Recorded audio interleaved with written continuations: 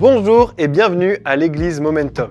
Une petite annonce et pas des moindres. Si tu désires grandir dans ton appel, dans ton ministère, nous avons la porte ouverte de Momentum Academy qui aura lieu le 12 avril.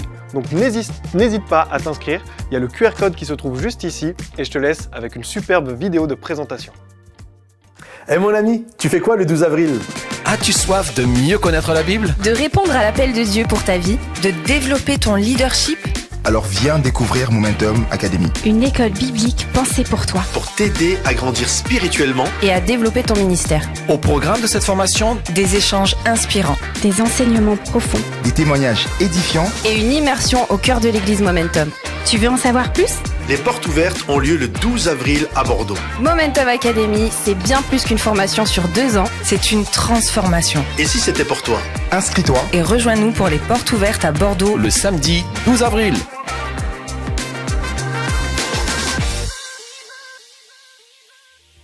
Je vous laisse avec la superbe équipe de Momentum Music et avec le message de Pasteur Patrice, ne laisse pas la frustration saboter ton futur.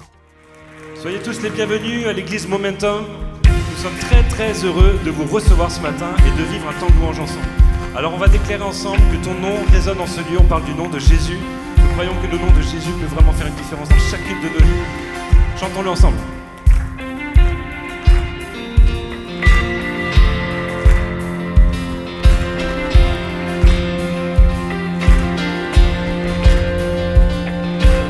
Chantons-le, que ton nom. Ton nom résonne dans ce lieu. Que ton nom résonne dans ce lieu. Que ton nom résonne dans ce lieu. Jésus, que ton nom résonne dans ce lieu. Que ton nom résonne dans ce lieu. Que ton nom résonne dans ce lieu. Que ton nom résonne dans ce lieu. Jésus, que ton nom résonne dans ce lieu. Que les murs tremblent au son de nos louanges, alors que nos voix s'unissent à celles des anges. Répand sur nous ton esprit, ta puissance. Oh Jésus, chante-le que ton nom. Ton nom résonne dans ce lieu. Que ton nom résonne dans ce lieu. Que ton nom résonne dans ce lieu. Jésus, que ton nom résonne dans ce lieu. Que les murs tremblent au son de nos louanges, alors que nos voix s'unissent à celles des anges. Répand sur nous ton esprit, ta puissance. Oh Jésus, que ces murs tremblent. Que les murs tremblent au son de nos louanges, alors que nos voix s'unissent à celles des anges. Répand sur nous ton esprit, ta puissance. Oh Jésus, Jésus, nous chantons ton nom. Jésus, nous chantons ton nom en ce lieu. Oui, nous invoquons ton nom en ce lieu. Oui, nous te proclamons roi en ce lieu. Tu es Seigneur des seigneurs. Jésus, nous chantons ton nom en ce lieu. Oui, nous invoquons ton nom en ce lieu. Oui, nous te proclamons roi en ce lieu. Tu es Seigneur des seigneurs. Que les murs tremblent au son de nos louanges, alors que nos voix s'unissent à celles des anges. Répand sur nous ton esprit, ta puissance. Oh Jésus,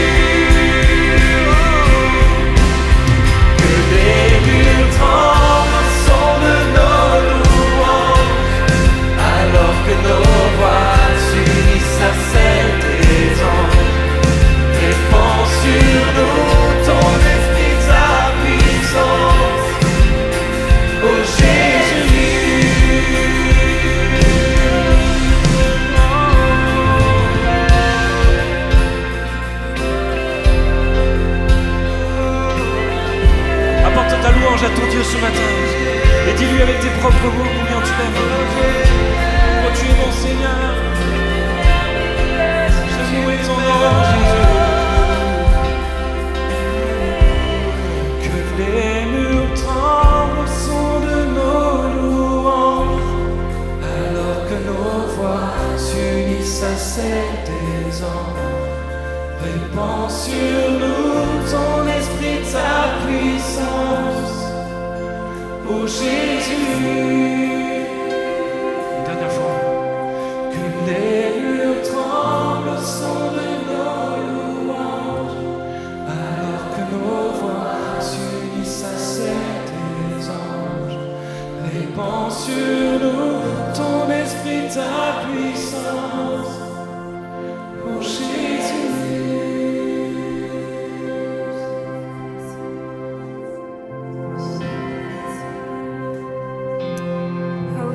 Jésus, merci parce que nous savons que tu es présent dans ce lieu. C'est ton nom que nous voulons invoquer ce matin, dans ce lieu, dans nos vies, à chaque instant. Tu nous as donné ton nom, et ce nom nous donne la paix, ce nom nous donne la vie. Et ce matin, Jésus, on veut encore te dire combien tu es tout pour nous. Tu es tout pour moi, et peu importe mes circonstances, je veux le déclarer ce matin, que tu es tout pour moi. Alléluia. Chantons-le au milieu. Au milieu de l'orage, je t'attendrai. Si l'angoisse fait rage, je resterai. Tu protèges mon âme, je suis gardé. Même au milieu des flammes, je te louerai. Tu es mon Dieu, mon Père, tu es mon univers. Je suis ancré dans ton amour, je chanterai toujours. Tu es mon défenseur, tu es mon rédempteur. Entre tes mains, tu tiens mes voies. Non, je ne crains. Oh oui, dis-lui, Jésus, tu es. Jésus, tu es tout pour moi. Oh, oh, oh.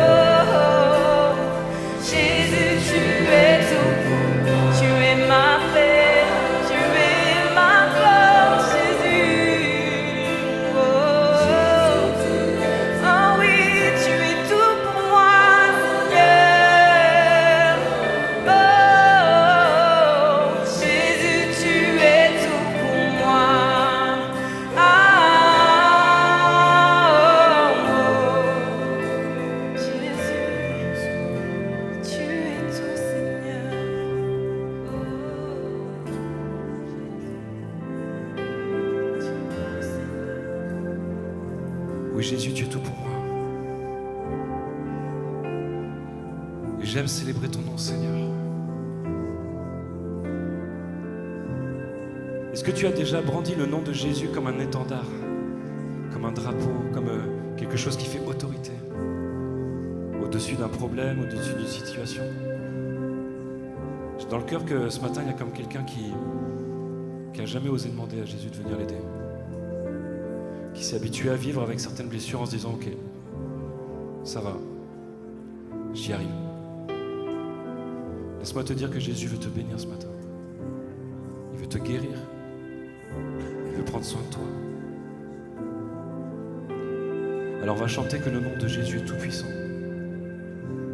et qu'on le présente face à nos ennemis comme une preuve d'autorité, parce qu'on sait que Jésus à la croix a tout accompli pour nous. Et nous savons que Dieu est bon, que Dieu aime bénir ses enfants. Alors ce matin on va chanter ce chant qui dit « J'invoque le nom de Jésus ».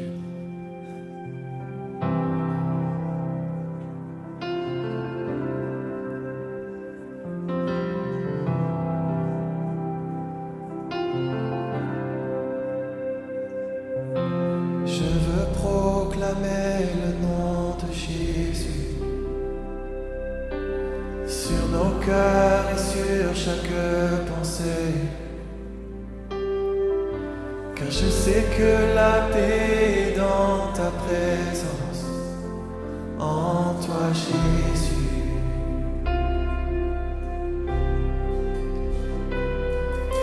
Je veux proclamer le nom de Jésus jusqu'à ce que les chaînes soient brisées. Je crois que l'espoir et la liberté sont en Jésus.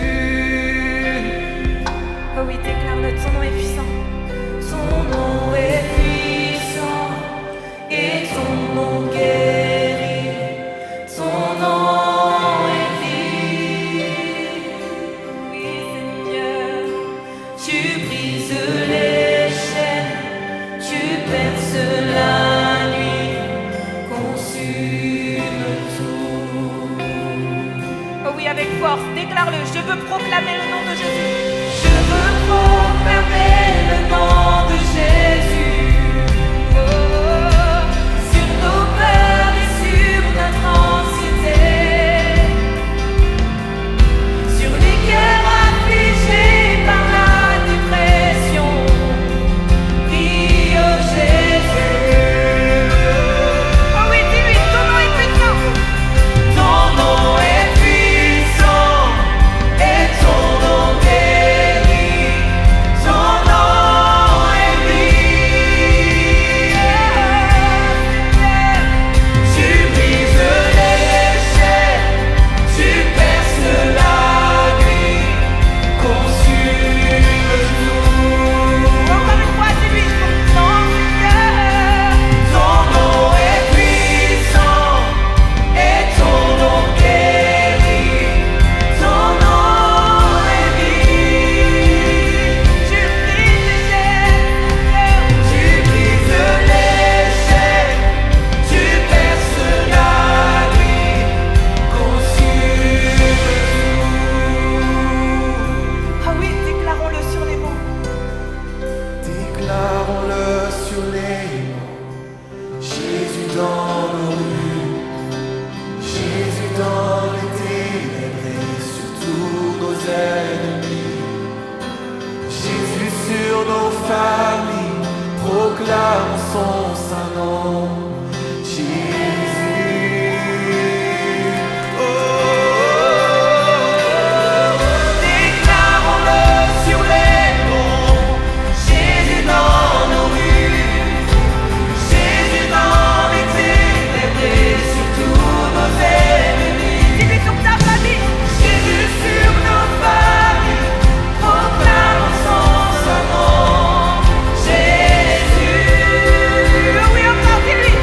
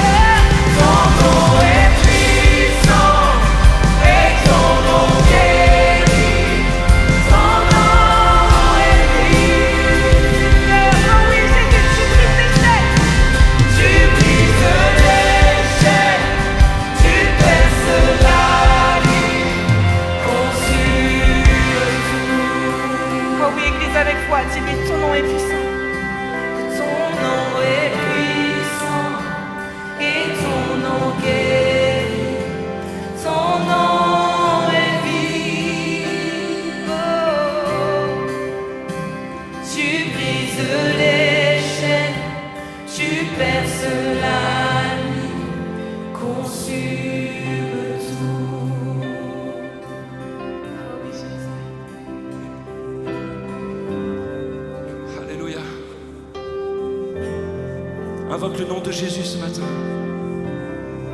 Approche-toi de lui. Parle-lui. Il t'entend et son bras n'est pas trop court pour te secourir ce matin encore. Alléluia.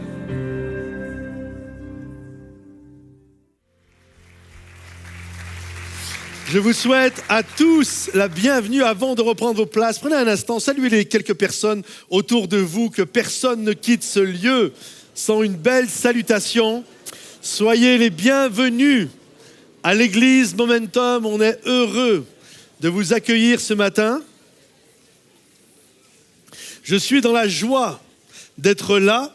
Vous savez, la semaine passée, j'étais là. Je suis là cette semaine. Pour vous, ça ne veut pas dire grand-chose, mais pour moi, ça veut dire beaucoup. C'est depuis le mois, enfin cet été, l'été passé, l'été 2024, c'est la première fois que je suis là 2 semaines d'affilée. Vraiment. Merci.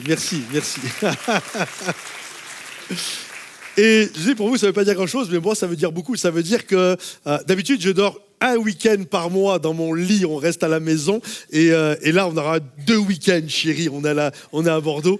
Et merci pour vos encouragements, c'est vraiment gentil. Et en tout cas, très, très content d'être là. Alors, c'est la première fois que je prêche avec des lunettes. Et il y en a, vous me regardez comme ça, oui, c'est la première fois que je prêche. En fait, j'ai des lunettes maintenant et j'ai aussi des lentilles, mais je ne maîtrise pas le truc des lentilles encore. Il y a un coup de main à prendre. Et ce matin, je me suis donné 15 minutes pour réussir à mettre les lentilles. En 15 minutes, j'en ai pas mis une, mais j'ai mis 25 fois mon doigt dans l'œil. L'œil était rouge comme ça. Et je me suis dit, Pat, arrête le carnage, tout à l'heure tu prêches. Alors, je suis venu avec mes lunettes. Mais en tout cas, heureux d'être là. Et heureux ce matin, à travers le message, de vous encourager là ou sur Internet, ceux qui vont écouter le message. Et j'aimerais apporter aujourd'hui un message, une thématique que je n'ai jamais prêchée. Ça fait plus de 20 ans maintenant que je prêche et je n'ai jamais prêché sur cette thématique, c'est le combat contre la frustration. Il y a déjà des gens, est-ce qu'il y a déjà des personnes ici qui ont été frustrées? Par applaudissement, qui a déjà vécu la frustration? En fait, je pense que tous, on a vécu dans ce lieu la frustration. Et la frustration, j'ai remarqué ceci, c'est que souvent, la frustration est liée à un investissement. C'est-à-dire qu'on s'est investi dans une organisation, une personne, peu importe, et il n'y a pas eu de retour sur investissement et ça a généré, la frustration est proportionnelle même à la frustration que nous avons eue. Et donc je méditais là-dessus et ce qui m'a fait méditer là-dessus, c'est un personnage majeur de la parole de Dieu, c'est Moïse. Vous avez déjà entendu parler de Moïse. Moïse, après Jésus, dans la Bible, c'est le personnage, alors c'est peut-être pas ton personnage préféré, mais théologiquement parlant, après Jésus, le personnage le plus important de la Bible, c'est Moïse. Vous discutez avec des Juifs, ils vont dire que le personnage le plus important, c'est Moïse. Moïse, c'est pas un prophète comme les autres. Les autres avaient des révélations, des songes, des visions. Non. Moïse, lui, Dieu lui parlait face à face, comme on parle à un ami. Il avait une proximité avec Dieu qui était juste extraordinaire. En d'autres termes, Moïse, c'était le gars de Dieu. Ok, fallait pas toucher à Moïse. Il y a plein de passages dans la parole de Dieu où on le voit. À un moment donné, sa sœur Myriam va mal parler de Moïse. Poum, elle va être frappée par la lèpre. Faut pas toucher à Moïse. Il y a même un moment donné, les gens fatiguaient Moïse. Moïse était exténué et Dieu vient voir Moïse. Littéralement, on pourrait lire dans la Bible. Il dit à Moïse, si tu veux, je les extermine tous et de toi, je fais naître une postérité. Moïse a dit, on va se calmer quand même, pas à ce point, ça va bien se passer. Et Moïse avait vraiment une relation et le regard de Dieu sur Moïse est vraiment un regard spécial, tellement qu'il y a une relation particulière avec Moïse. Mais Moïse, une fois que j'ai dit ceci, on doit réaliser que Moïse, parce qu'à un moment donné, il a vécu une frustration qui s'est manifestée par une colère, ne va pas entrer dans le pays promis. Et c'est pour ça que j'ai été frappé et je me suis dit quand même il y a quelque chose de majeur que nous devons comprendre dans nos vies pour pouvoir grandir et aller de l'avant. Parce que la frustration a gagné le cœur de Moïse et ça s'est exprimé par une colère. Moïse, la Bible nous dit que Dieu lui a pas permis de rentrer dans le pays promis. Et je crois, mes amis, que nos frustrations, si nous ne savons pas les gérer, elles peuvent littéralement compromettre les promesses de Dieu pour chacun d'entre nous. Alors je crois que c'est un message majeur, c'est quelque chose de capital que nous devons comprendre afin de ne pas avorter l'objectif de Dieu pour chacun d'entre nous. On va tous être frustrés. Tout à l'heure, j'ai dit par applaudissement, la réalité, on a tous été frustrés. On peut prendre plusieurs cas de la vie de tous les jours même.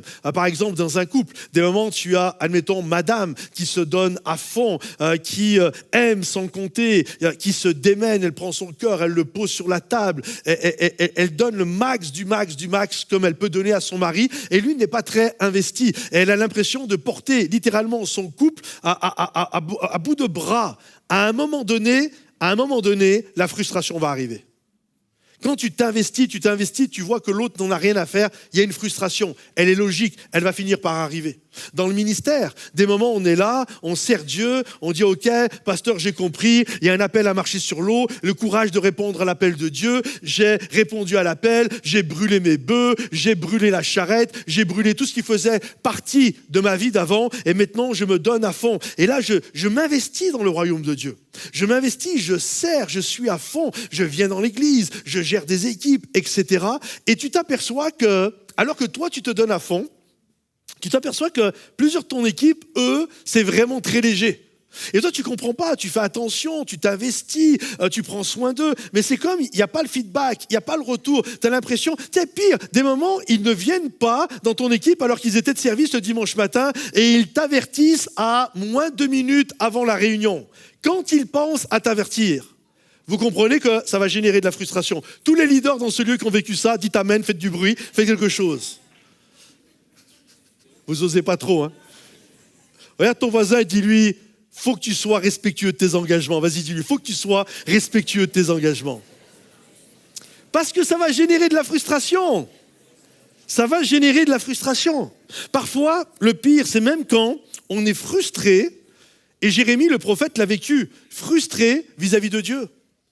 Écoute, Seigneur, je m'investis, je donne mon meilleur, je jeûne, je prie, je cherche ta face, tu me demandes de marcher sur l'eau, je marche sur l'eau, je réponds à ton appel, vraiment, je donne le meilleur. La dernière fois, le pasteur a dit, jetez vos graines, et je suis là, je prends tout ce que j'ai, et je le jette. Et là, j'attends, et j'ai l'impression que mes graines ont été plantées dans le désert du Sahara. Il n'y a pas de retour sur investissement. Et au fur et à mesure, la frustration, vous savez, c'est comme dans les dessins animés. Tu sens le petit truc rouge qui arrive là et qui va ressortir par de la vapeur par les oreilles. Vous comprenez? Il y a de la frustration. Et on doit faire attention dans la manière dont on va gérer cette frustration parce que, je le répète, elle peut compromettre les promesses de Dieu pour notre vie. Alors aujourd'hui, on va regarder un message que j'ai intitulé « Ne laisse pas ta frustration saboter ton futur ». Revenons à Moïse, ce personnage majeur de la parole de Dieu. Le contexte de sa naissance est un contexte particulier parce que c'est un contexte où le pharaon, ses parents sont esclaves dans le pays d'Égypte. Et le pharaon va littéralement ordonner quelque chose de complètement fou. Il va dire tous les petits garçons, les garçons aînés, vous les faites passer par le fil de l'épée, vous les tuez tous. Et là, il y a la maman qui est enceinte. Et il n'y a pas les échographies, tu ne sais pas si c'est une petite fille, un petit garçon. Et là, la maman, elle est enceinte. Et là, le jour J, t'imagines la panique, elle accouche d'un petit garçon. Et là, dans sa tête, c'est une catastrophe. Le livre Hébreux, chapitre 11, nous parle qu'il y a eu vraiment un moment intense, mais elle l'a regardé, elle vit que l'enfant était beau, etc. Là, il n'a pas de nom encore. C'est pas elle qui a donné le nom de Moïse. C'est la maman adoptive. Et là, elle va prendre son enfant, elle va prendre son petit garçon, elle veut le sauver. C'est une maman. Alors, elle va mettre son petit garçon dans un panier et là, poum, elle va le faire partir au fil de l'eau sur le Nil. Et le panier arrive, c'est quelque chose de fou quand il pense, le panier arrive chez Pharaon. Tu sais, s'il y a un endroit où tu veux pas que le panier aille, c'est chez celui qui a donné l'ordre de tuer les petits garçons. Mais combien savent ici que Dieu est celui qui dirige nos vies ? Que Dieu connaît toutes choses et que quand il t'envoie quelque part, même si toi tu dis là, ça va être la cata, ça sent, c'est pas béni, ça sent pas bon, c'est pas bon. En fait, Dieu connaît toutes choses. Et il arrive, le bébé arrive chez Pharaon. Et là, la sœur de Pharaon va prendre ce bébé et elle va l'adopter. Et regardez ce qu'il nous est dit. L'enfant grandit, elle l'amena la fille du Pharaon et il fut pour elle comme un fils. Ça va vraiment devenir un prince d'Égypte. Elle lui donna le nom de Moïse, car dit-elle, je l'ai retiré des eaux. Et le nom Moïse en hébreu, je peux mettre la diapo, Moïse, Moshe, vient d'un verbe qui signifie tirer hors de. En l'occurrence, tirer hors de l'eau, ce qui symbolise puissamment sa mission future, tirer le peuple hors d'Égypte, tout comme il a été tiré hors du Nil. Je crois que dans nos vies, et ça va être le but de ce message aujourd'hui, je crois que dans nos vies, Dieu désire tirer des choses hors de nous. Parce qu'il y a des choses que nous sommes appelés à régler. Mon frère, ma sœur, ici, nous sommes tous en travaux et il y a des choses que tu dois régler dans ta vie. Il y a des choses de ton passé que tu es appelé à régler afin de devenir l'homme et la femme que Dieu désire. Et donc, il y a cette réalité tirée hors de. Vous savez, il a fallu qu'un instant pour tirer hors de l'eau ce petit garçon. Mais il a fallu une vie entière pour tirer de ce petit garçon un futur leader, un homme capable, un homme qui va être le futur libérateur d'Israël, un homme qui va être un dirigeant et un leader incroyable. Ça prend un instant de tirer quelque chose, mais ensuite le travail que ça demande, le travail sur nous, ça prend littéralement toute une vie. Il ne faut qu'un instant pour faire naître un bébé. Tous ceux qui ont assisté à ça, ça peut varier de quelques minutes entre deux personnes, mais ça prend qu'un instant de faire naître un bébé. Mais que de ce bébé, faire sortir de lui un homme, une femme de Dieu, ça prend une vie entière. Et à travers ce message, c'est ce que j'aimerais faire ce matin. J'aimerais vous encourager. Je vais parler de certaines choses afin de tirer hors de vous cette réalité spirituelle pour que vous puissiez devenir des hommes et des femmes capables, qui vont ressembler et qui vont accomplir ce que Jésus désire pour chacun d'entre nous, et que ceux qui le croient disent « Amen » s'il vous plaît, et applaudissent bien fort le roi des rois. Alors, premièrement, la frustration naît souvent du combat intérieur non résolu. Moïse, c'est fou quand on y réfléchit un instant, a été élevé comme un Égyptien. C'est-à-dire que Moïse, d'un côté, c'est un prince d'Égypte, ok ? Mais de l'autre côté, coule dans ses veines le sang d'un Hébreu. Et là, vous comprenez toute la dualité. Je sais qu'ici, on est plusieurs à avoir des doubles cultures. C'est mon cas. Moi, mes parents sont nés en Sicile. Donc, j'ai en moi cette culture italienne, sicilienne plus exactement. Mais en même temps, j'ai grandi en France. Donc, j'ai cette culture française. Et il peut y avoir des moments dans ma vie, je peux être balancé. Tu sais, quand au foot, tu as un match France-Italie, mon cœur balance. Non, il balance pas, je suis toujours pour l'Italie. Mais vous comprenez ce que je veux dire. Moi, 2006, c'était le bonheur, la finale de la Coupe du Monde. Je sais que pour vous, c'est un vieux souvenir, pas bon, mais vous comprenez ? Et des moments, mais ça va pas loin. Tu vois, c'est un truc de foot, c'est ceci, c'est cela. Pour Moïse, ça n'a rien à voir. Écoutez bien, en fait, la double culture qu'il a, c'est d'un côté, il est le prince d'Égypte, c'est-à-dire qu'il est un responsable parmi les esclavagistes. Et de l'autre côté, dans son sang, dans ses veines, coule le sang d'un esclave. Est-ce que vous voyez la dualité qui est en train de prendre place ? Il y a en lui un combat intérieur qui est juste hors norme. En fait, le combat qu'il voit à l'extérieur, c'est-à-dire le combat entre les Hébreux et les Égyptiens, c'est le même combat, littéralement, qui est à l'intérieur de son cœur. Et il doit dealer, il doit gérer cela. Et puis un jour, à un moment donné, il veut prendre parti.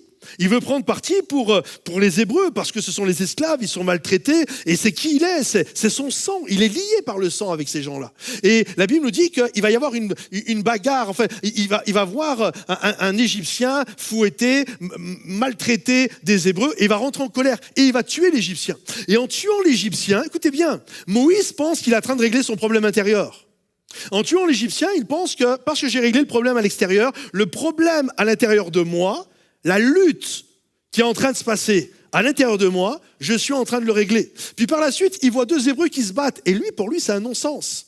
Qu'un Hébreu et un Égyptien se battent, ça je comprends. Mais que deux Hébreux se battent, vous faites partie du même sang. Pourquoi vous battez ? Et il ne comprend pas ça. Il va les voir. Et les gars vont lui dire « Ah, tu veux nous tuer comme tu as tué l'Égyptien ?» Et là, Moïse va rentrer dans une panique totale et il va fuir. Regardez ce que la Bible dit.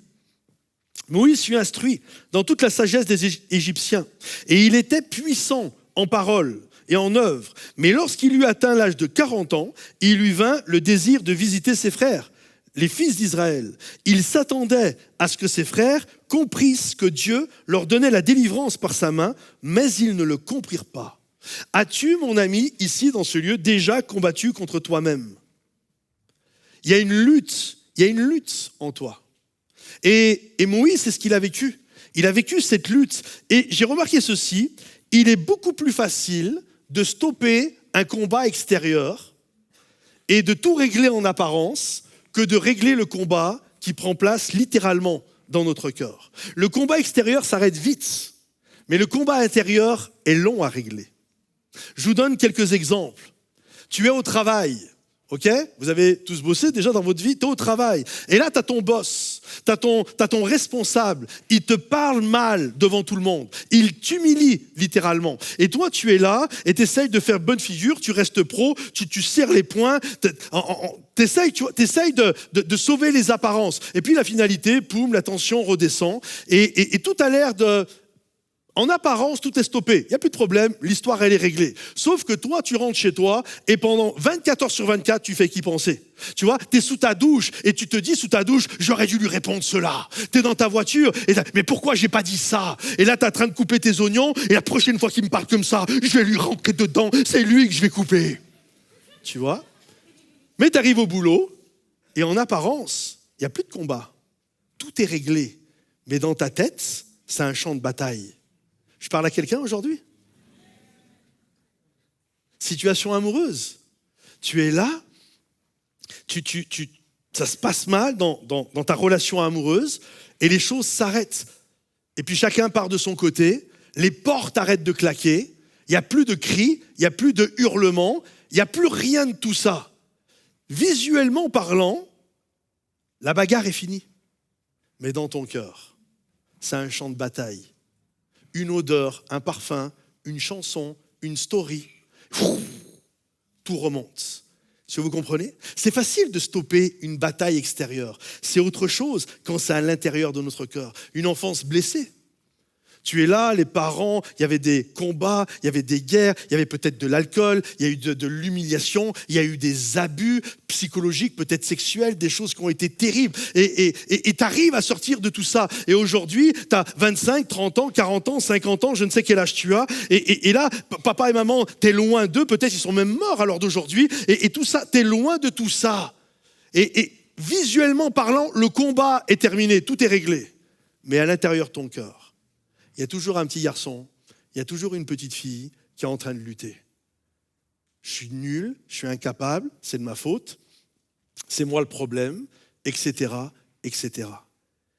Moïse pensait qu'en tuant l'Égyptien, il allait régler son problème. Mais il n'a pas réglé son problème. Et des moments, nous sommes appelés à régler des choses, et c'est pour ça que Dieu est celui qui veut amener des choses hors de nous, afin que nous puissions les régler, les voir en face, et les régler et faire ce que Dieu nous appelle à faire. Alors Moïse, maintenant, va s'enfuir. Il va s'enfuir dans le désert parce qu'il a peur des représailles et il s'enfuit dans le désert. Et il ne s'enfuit pas dans le désert comme un prince d'Égypte. Il n'est ni un prince d'Égypte et il ne s'enfuit pas en tant qu'hébreu. C'est devenu littéralement un fugitif. Et il est là dans le désert de Madian. Et dans le désert de Madian, ça fait 30-40 ans qu'il est là, il s'est marié avec une femme qui s'appelle Séphora, et il est là dans ce désert, et Dieu, alors qu'il est devenu un berger, et l'homme, puissant en parole comme on a lu tout à l'heure, est devenu un bègue. Et là, Dieu va l'appeler. Et regardez ce qu'il nous est dit. Quand il va l'appeler, il va lui dire ceci à travers le buisson ardent, pour ceux qui connaissent, ont la référence. Maintenant, c'est Dieu qui parle à Moïse, va, je t'enverrai auprès de Pharaon, et tu feras sortir d'Égypte mon peuple, les enfants d'Israël. En d'autres termes, en français courant, Dieu lui dit, retourne à l'endroit même que tu as fui. Il faut que tu règles un problème, mon gars. Il y a des choses que tu dois régler dans ta vie. Et va voir Pharaon. Et dis à Pharaon, laisse aller mon peuple. Et là, il va devenir le leader d'un peuple auquel il est lié par le sang, mais avec lequel il n'a jamais eu de connexion émotionnelle, il n'a jamais eu de connexion avec ce peuple-là. Il sait que c'est son peuple, c'est son sang, c'est sa culture, mais il n'a jamais eu de connexion. Parce que dès qu'il a voulu s'approcher d'eux, il a dû fuir. Et là, il retourne. Et quand on y réfléchit, l'idée quand même sur le papier, on est d'accord, elle est belle. Tu sais, c'est magnifique. Sur le papier, c'est une pensée qui est puissante. Dans la théorie, c'est inspirant même. Waouh, il retourne, lui qui était un orphelin ou un enfant adopté, il retourne au milieu de ceux de sa culture. Il va manger les bons petits plats de chez lui. Il va peut-être faire les danses folkloriques de son pays. Il va avoir le même humour. Enfin, les gens vont le comprendre. Parce que j'ai tellement été frustré de toutes ces choses-là. Sur le papier, sincèrement, l'idée est magnifique. Et en plus, c'est quand même beau ce qu'il fait Moïse. Tu sais, il a 80 ans quand Dieu l'appelle. Il est à la retraite, le monsieur. Tu vois? Et là, Dieu lui dit, tu sors de ta retraite et tu retournes t'occuper du peuple. Et d'ailleurs, Moïse, si vous connaissez le passage, il ne veut pas au début. Il n'a pas envie. C'est-à-dire que Dieu va vraiment insister. Et là, le monsieur donc sort de sa retraite et il va faire ce que Dieu lui demande. Et sur le papier, l'idée est magnifique. L'idée est extraordinaire. Sauf qu'il ne va pas avoir la reconnaissance qu'il pense avoir. Ils ne vont pas être reconnaissants. En fait, ils ne vont pas être heureux. Le peuple ne va pas bien se comporter avec Moïse. Il va y avoir des murmures, on va l'accuser, on va le pointer du doigt, on va lui prêter tous les problèmes. Et au lieu même de se réjouir de Moïse et de célébrer la libération et de dire à Moïse, waouh, Dieu t'a vraiment utilisé, t'as vu un petit peu comment on a pu avancer, ce qu'on a pu vivre, grâce à toi, on a pu, et Dieu bien sûr, mais on est sorti de l'Égypte et maintenant on est en route pour le pays promis. Toi, tu penses que c'est tout ça en fait qui va se passer. Sauf qu'ils vont vraiment être méchants. Ils vont murmurer, ils vont mal parler, ils vont mal se comporter. Et tout ça, vous pensez que, c'est sûr, ça va générer de la frustration. Comment ça? Moi, j'étais tranquille chez moi, je me suis investi, j'ai donné tout ce que je pouvais donner, et le retour sur mon investissement, c'est des gens qui parlent mal de moi. Vous comprenez? Vous la voyez, la frustration arriver? C'est pourquoi, deuxièmement, la frustration mal gérée peut faire rater la promesse. Regardez ce qu'il est dit. L'Éternel parla à Moïse, parce que maintenant ils sont dans le désert, et vous savez que Dieu va faire tomber la manne du ciel, ça va leur permettre de manger, et il arrive parfois qu'il y a un rocher dans le désert. Et ce rocher, qui est une image de Christ, la Bible nous dit qu'il fait sortir son eau. Et là, la première fois, la Bible nous dit que Dieu a dit à Moïse, frappe le rocher. Mais la seconde fois, et c'est ce que nous allons voir ensemble, il va dire, parle au rocher. Et voici ce qui se passa. L'Éternel parla à Moïse et dit, prends le bâton et convoque l'assemblée, toi et ton frère Aaron. Vous parlerez au rocher en leur présence, et il donnera ses eaux. Mais Moïse frappa 2 fois le rocher. Là, vous avez vu, il y a des petits points, une petite parenthèse qui est là. C'est parce que entre le moment où Dieu donne l'ordre et le moment où Moïse frappe le rocher, il y a un Moïse frustré, exténué, qui en a ras-le-bol des gens. Parce que les gens se comportent mal avec lui. En fait, c'est littéralement, c'est des têtes dures. Même Dieu le dit, c'est un peuple à la nuque raide. Ils se comportent mal. Et en fait, pourtant, Moïse, avec eux, il a tout donné. Il s'est investi, il a vécu l'enfer. Mais vous savez, souvent, on a beau donner le meilleur. Vous savez, la vie, ce que vous avez remarqué déjà, la vie s'occupe toujours de nous enseigner des choses. Vous avez remarqué ça? La vie s'occupe toujours de nous. Moi, je me souviens quand j'étais ado, j'étais là, je parlais des moments. Ma mère, elle me disait, tu devrais faire ceci, les études et le machin, etc. Et moi, j'étais le gars, 15, 16, 17 ans, plein d'assurance et qui disait à ma mère, j'expliquais à ma mère la vie, tu vois, parce que les ados, on explique à nos parents la vie, comment les choses se passent. Et ma mère me disait tout le temps, cette fameuse phrase qui est gravée aujourd'hui dans ma tête, elle me disait toujours, t'inquiète, la vie va t'apprendre. Vous avez déjà sorti ça, vos gamins? T'inquiète, la vie va t'apprendre. Et vous savez quoi? T'inquiète, la vie va vraiment t'apprendre. Parce que ça nous rattrape toujours. Et Moïse a connu des hauts et des bas. Il a tout vu, il a tout vécu. Et avec ce peuple, il a tout traversé. Il a traversé la famine, il a vécu les plaies d'Égypte, il a combattu les Amalécites, il a vécu des épreuves, etc. La vie s'est chargée de tout ça. Et Moïse a eu à faire face à une première génération qui était vraiment des têtes dures. Et là, j'arrive à comprendre, peut-être, ils ont un peu rejeté Moïse, parce que Moïse, c'était un peu comme s'il était parachuté, un leader parachuté, donc la mayonnaise, elle n'a pas vraiment pris. Mais la Bible nous dit qu'ils étaient tellement des têtes dures, qu'au moment, 1 an de marche après le désert, ils devaient rentrer dans le pays promis. Et parce qu'ils ont tellement une mauvaise attitude, la Bible nous dit qu'en fait, ils vont retourner dans le désert pendant 39 ans. Est-ce que tu crois que ça génère de la frustration ? Tu étais à 2 doigts de rentrer dans le pays promis, et à cause des gens qui se comportent mal, tu te prends 39 ans de galère. Ça génère un peu de frustration. C'est sûr.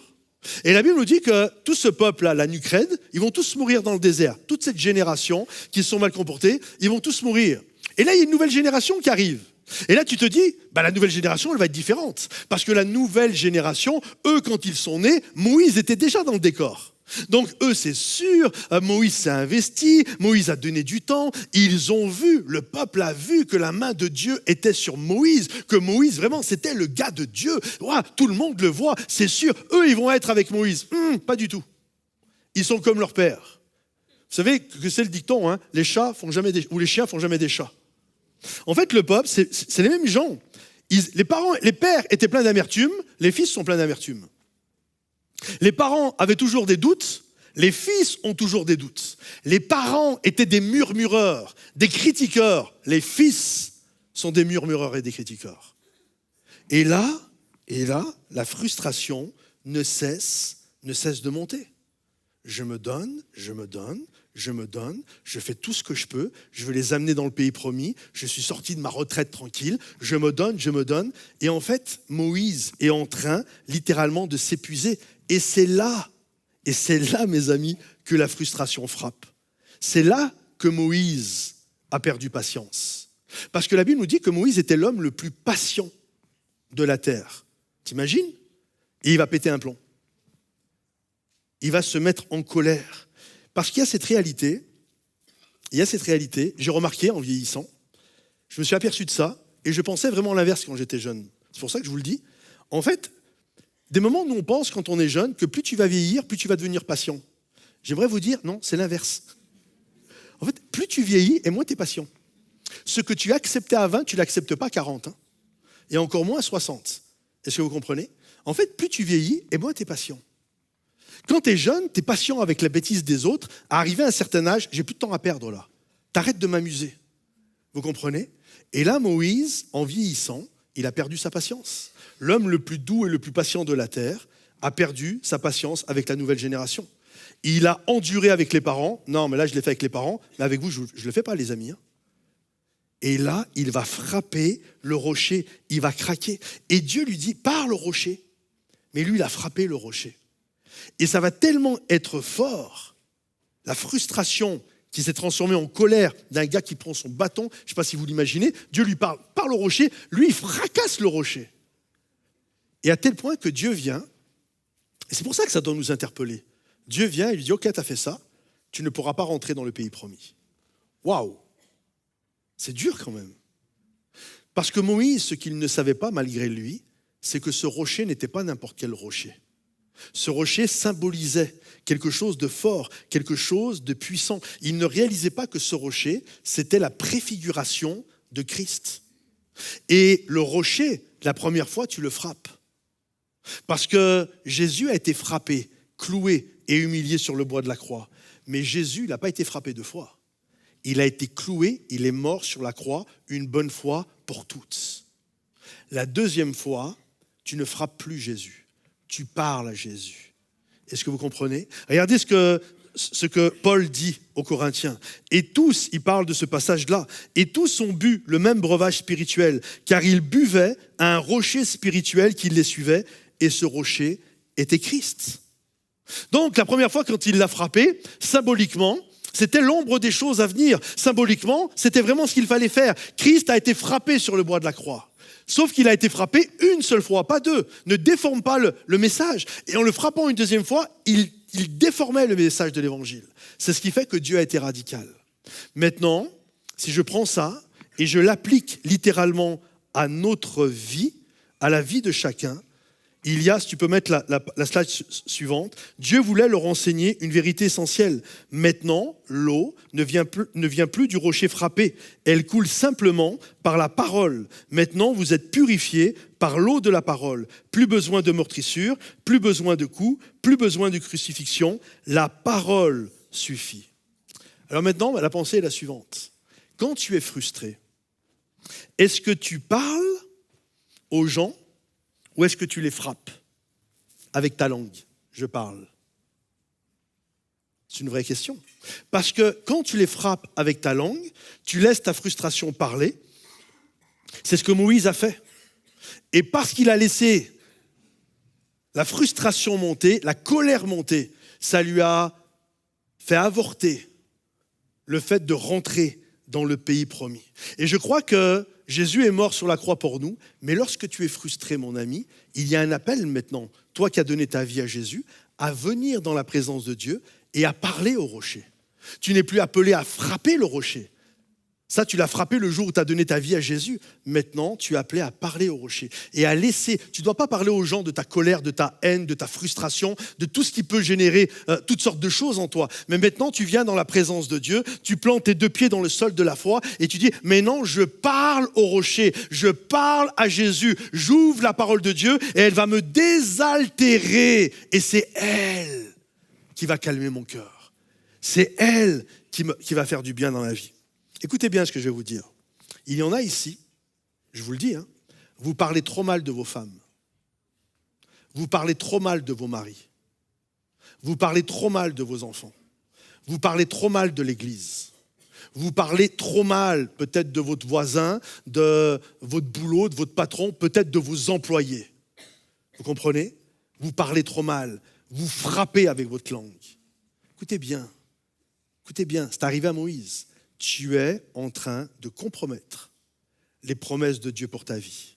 Tu n'es pas appelé à parler mal, tu n'es pas appelé à frapper les gens, mais tu es appelé à rentrer dans la présence de Dieu et de parler au rocher, de parler à Jésus et de laisser Jésus inonder ton cœur, te guérir, te réparer, te restaurer. Et une fois que tu as bien parlé avec Jésus et qu'il a fait l'œuvre qu'il devait faire dans ton cœur, ensuite tu peux aller parler aux gens.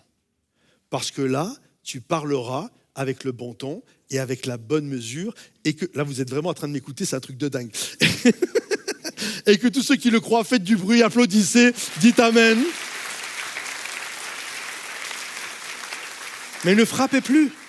La frustration t'amènera toujours à frapper.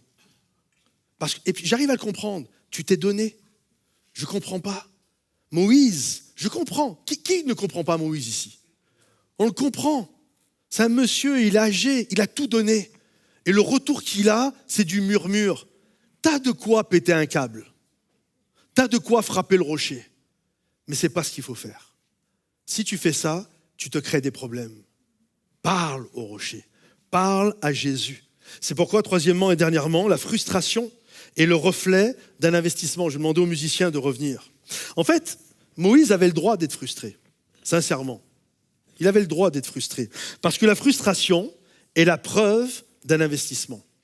En fait, le fait que je sois frustré, c'est parce que je me suis investi. Moïse était frustré parce qu'il s'était investi. Et en fait, il y a cette réalité, tu ne peux être frustré que dans les choses dans lesquelles tu t'es investi. Si tu ne t'es pas investi, il n'y a pas de frustration. Exemple, si telle action de telle entreprise en bourse s'effondre, ok ? Mais que toi, tu n'as pas investi un centime, on est d'accord que tu t'en fiches. Tu n'en as rien à faire. Par contre, si tu as investi dedans, ça va venir te piquer. Comprenez-vous ? Parce que ton investissement fait que ça va te piquer. Autre cas, une entreprise s'effondre, fait faillite. Cette entreprise, tu n'as pas investi dedans. Peut-être tu vas avoir un peu de peine pour les employés qui vont se retrouver sans boulot, le patron qui vit une galère, mais sincèrement, tu t'en fiches un peu. Par contre, si c'est l'entreprise, la tienne, ou soit t'es le patron, ou t'es un employé, peu importe, où tu as passé des nuits blanches, tu as bossé comme un dingue, tu as fait des coupes budgétaires, tu n'as pas été en vacances parce qu'il fallait que l'entreprise ceci, cela, tu as donné ton temps, tu as donné ton argent, tu as donné ton sang, tu as donné tes heures. Quand cette entreprise va faire faillite, ça va venir te faire mal. Parce que l'investissement fait que ça va te faire mal. Et c'est normal d'être frustré quand on s'est investi dans quelque chose ou dans des gens et que le retour n'est pas à la hauteur de l'investissement. Vous connaissez cette histoire de Sarah et d'Abraham ? Ils n'arrivaient pas à avoir d'enfants. Alors à un moment donné, Sarah et Abraham, Sarah va dire à Abraham, t'as qu'à prendre Agar pour femme. Elle est plus jeune, elle te fera un bébé. Donc il va y aller et il va la prendre pour femme. C'est pas écrit qu'il la prend juste pour la nuit, il la prend pour femme. Elle va faire partie du paysage. Et ils vont avoir un enfant, Ismaël. Et puis quelque temps par la suite, Sarah va tomber enceinte. Le bébé miracle arrive. Et Isaac va grandir, l'enfant d'Abraham et Sarah, à côté d'Ismaël. Et puis un jour, Sarah voit que il y a un truc qui ne colle pas. Et Sarah, avertie par l'Esprit, c'est très spirituel. Elle va aller voir Abraham, elle va dire, prends Ismaël et sa mère et dégage-les d'ici. Il ne faut plus qu'on les voie. Ça va créer des problèmes par la suite. Et Abraham, on le voit, il est hésitant. Vous savez pourquoi Abraham est hésitant? C'est pas qu'Abraham n'est pas spirituel. C'est pas qu'Abraham ne comprend pas les choses de l'esprit. C'est que c'est pas facile pour Abraham parce qu'Abraham s'est investi dans ce petit garçon. Abraham a cru en Ismaël au début, que c'était lui, l'enfant. Et il était certainement là le jour de la naissance. Il devait être là quand il a fait sa première dent. Il devait être là quand il a fait ses premiers pas. Peut-être ils ont été à la pêche ensemble, ils ont été à la chasse, ils ont joué ensemble. Et il s'est attaché à cet enfant qui avait fait de lui un papa. Puis un jour, Sarah, qui elle n'a zéro investissement, elle lui dit, tu les dégages de là.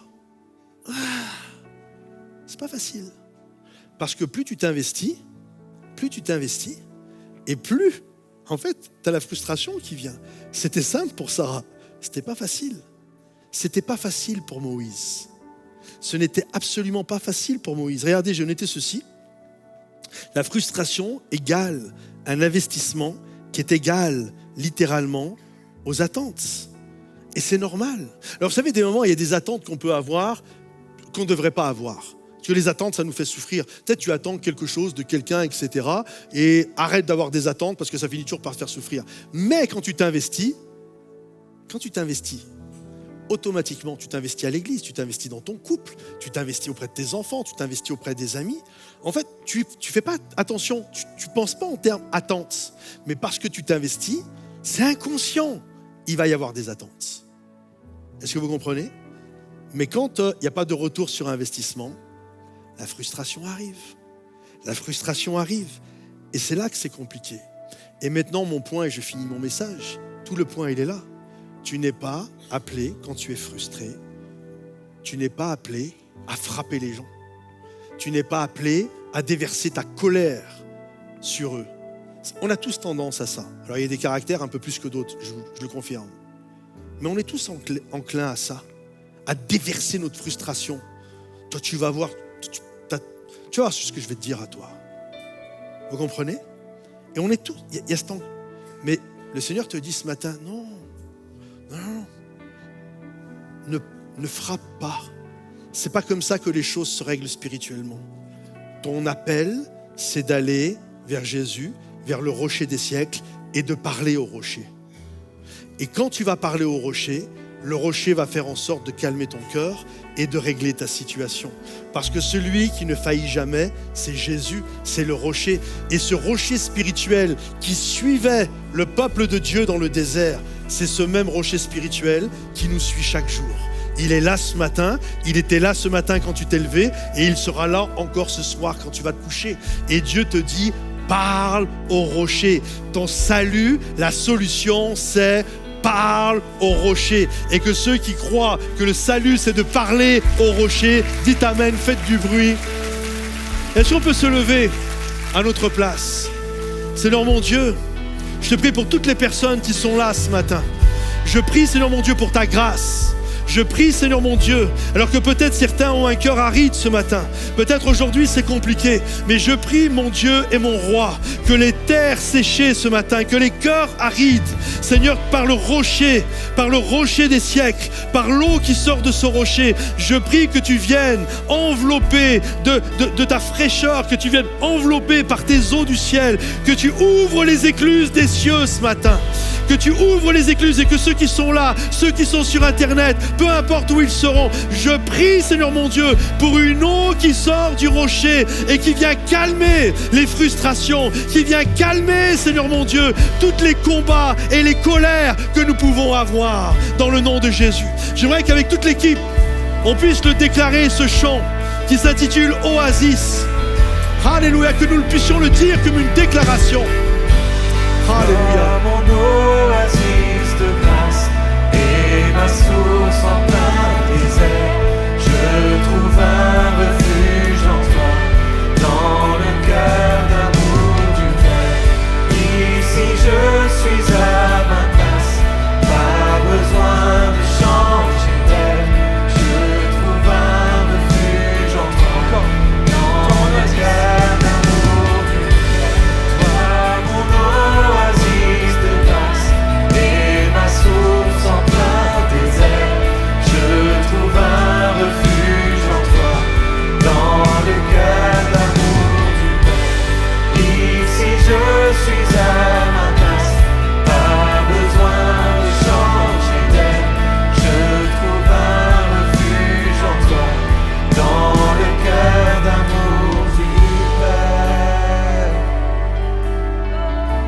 Alléluia. J'aimerais faire une prière et j'aimerais que vous puissiez répéter après moi. Seigneur Jésus, je viens devant toi. Je crois que tu es celui qui peut calmer mon cœur lorsque la frustration arrive. Tu es le rocher des siècles. Et aujourd'hui, c'est à toi que je veux parler.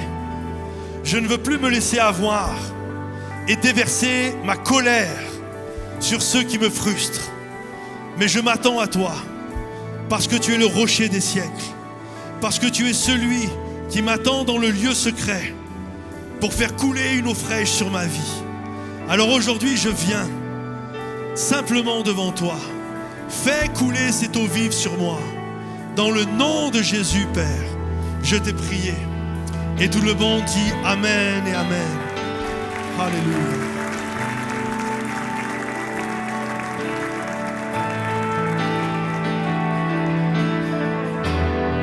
Que les terres arides, que les terres arides se changent en océan de vie.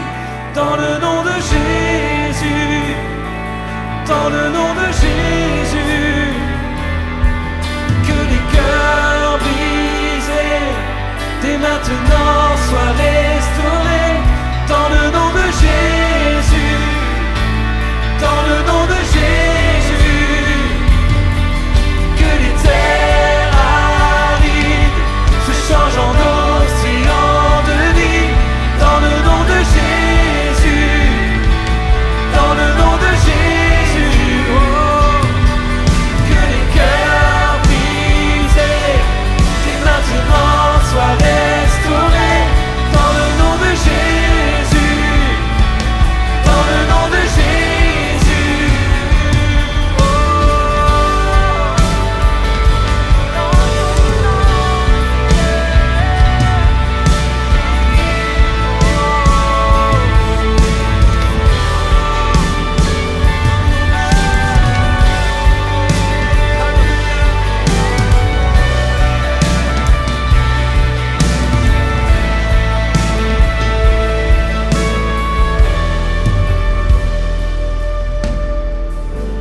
Toi, mon oasis de grâce et ma source en plein désert, je trouve un refuge en toi, dans le cœur d'amour du Père. Ici je suis à ma place, pas besoin de changer d'air. Je trouve un refuge en toi, dans le cœur d'amour du Père. Alléluia. Seigneur mon Dieu, je prie pour ta paix. Je prie pour la solution du ciel, quels que soient les combats, les difficultés, dans les couples, dans le ministère, dans le travail. Peu importe, Seigneur mon Dieu, je prie pour une paix qui vient d'en haut. Dans le nom de Jésus-Christ, nous t'avons prié ce matin et tout le monde dit Amen et Amen et Amen.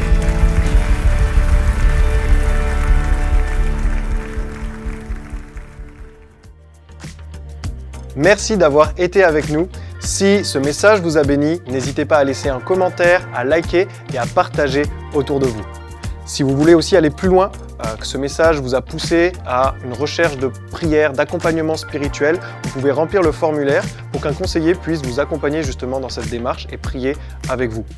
Durant toute la semaine, nous avons des ressources à vous proposer, que ce soit les starters du pasteur Patrice dès 6h du matin ou encore les clips vidéo de musique, de Momentum Music pour vous accompagner dans vos temps de louange et d'adoration et tout ce qu'on peut vous donner comme ressources sur la plateforme Momentum Sans Frontières.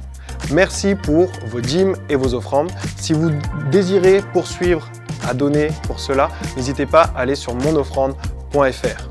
Merci à tous et à très vite.